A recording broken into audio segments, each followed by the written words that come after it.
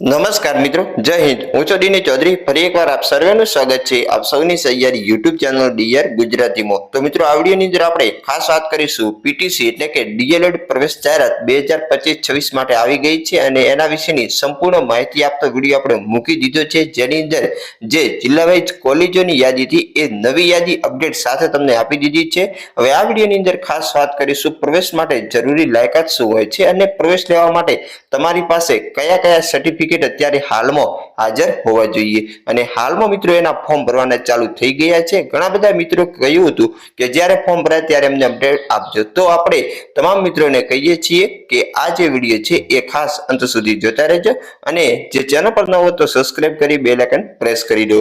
ધોરણ 12 પછી જો તમારે પ્રાથમિક શાળાની અંદર શિક્ષક બનવાનું હોય તો મિત્રો આ ફરજિયાત તમારા માટેનો ખૂબ જ સારો એવો સાંચ છે। એના પછી તમે સીધા 2 વર્ષનો આ કોર્સ કરી અને 1 થી 5 ની અંદર શિક્ષક બની શકો છો, જેના માટે ટેટ 1 ની પરીક્ષા આવતી હોય એ તમારે પાસ કરવી જરૂરી છે। તો ચાલો વિડીયો શરૂ કરીએ।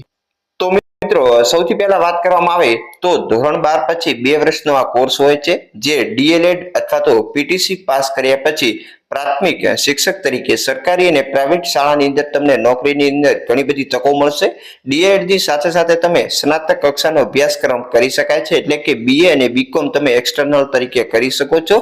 એના સિવાય તમને કઈ કઈ સુવિધાઓ મળે છે? ખૂબ ઓછા ખર્ચમાં ડિપ્લોમા કક્ષાનો અભ્યાસક્રમ છે। સંસ્થામાં બહેનો માટે સુવિધાયુક્ત હોસ્ટેલની પણ વ્યવસ્થા છે।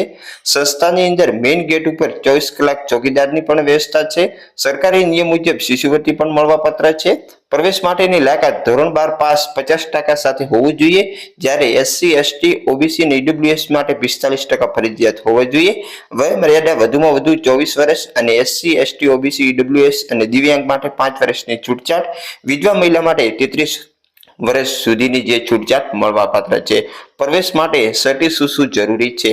તો ધોરણ 10 ની માર્કશીટ, ધોરણ 12 ની માર્કશીટ, એના પછી એલસી, એના પછી જાતિ જે લાગુ પડે એનું પ્રમાણપત્ર, બિન અનામતની સર્ટી લાગુ પડે તો, પછી ધોરણ 10 નું ટ્રાયલ સર્ટિફિકેટ, ધોરણ 12 નું ટ્રાયલ, પાસપોર્ટ સાઇઝનો ફોટો, આ 8 ડોક્યુમેન્ટ તમારી પાસે ફરજિયાત હોવા જોઈએ। અને પ્રવેશ માટેની જે વધુ વિગતો માટે નીચે જોઈ શકો છો, અહીંયા સંપર્ક નંબર આપેલા છે, જેના ઉપર તમે સંપર્ક કરી શકો છો અને પૂછી શકો છો।